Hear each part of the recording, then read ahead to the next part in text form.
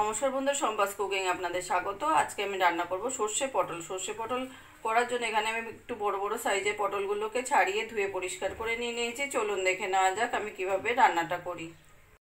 কড়াইতে তেল দিয়ে দিয়েছি, তেলটা গরম হয়ে গেছে। প্রথমে আমি পটলগুলো একটু ভেজে নেব। দিয়ে দেবো সামান্য পরিমাণে নুন আর হলুদ।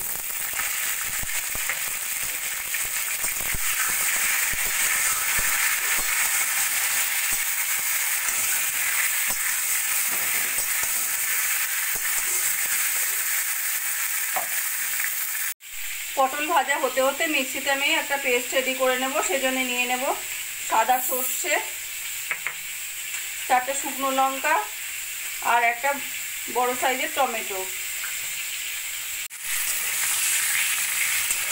পটলগুলো সুন্দর একদম সোনালি করে ভেজে নিয়েছি। এবার আমি পটলগুলো তুলে রাখবো। ওই তেলের মধ্যে দিয়ে দেবো আমি কালো জিরে ফোড়ন,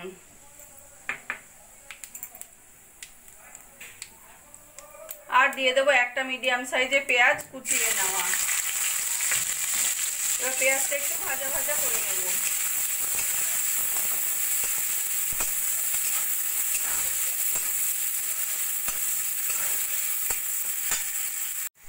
পেঁয়াজ আমি সোনালি করে ভেজে নিয়েছি। এবার দিয়ে দেবো আমি পরিমাণ মতো নুন হলুদ। নুন হলুদটা ভালো করে মিশিয়ে নিয়ে এবার দিয়ে দেবো আমি টমেটো, লঙ্কা আর সর্ষের পেস্ট।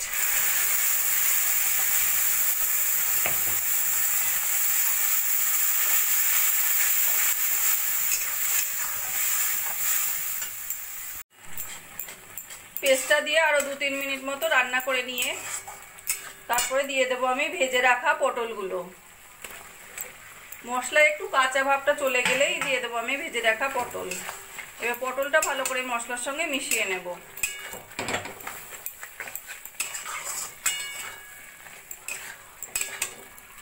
এইভাবে 2-3 মিনিট মতো রান্না করে নেব।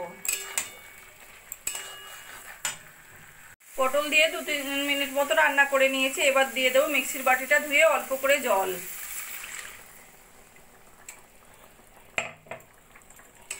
জলটাও ভালো করে মিশিয়ে নেব।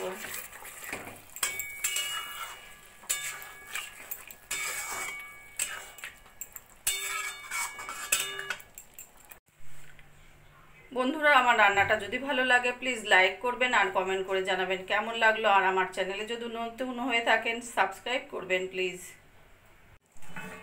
এবার একটা ঢাকা দিয়ে লো ফ্লেমে আমি 5 মিনিট মতো রান্না করে নেব।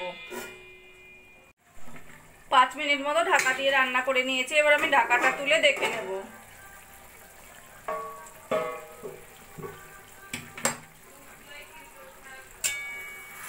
তরকারিটা বেশ সুন্দর আমাদের মাখা মাখা হয়ে গেছে।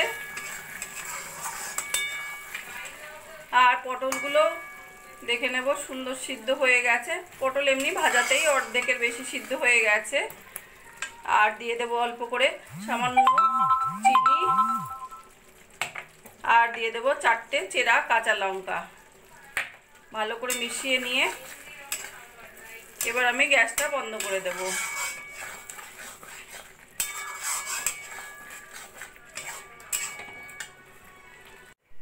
পটল সর্ষে রান্নাটা আমার কমপ্লিট হয়ে গেছে। আমার এই রেসিপিটা যদি ভালো লাগে আপনারা বাড়িতে বানিয়ে দেখতে পারেন। গরম গরম ভাতের সঙ্গে খেতে অসাধারণ লাগবে। আর কমেন্ট করে জানাবেন কেমন লাগলো। প্লিজ লাইক, শেয়ার ও সাবস্ক্রাইব করবেন।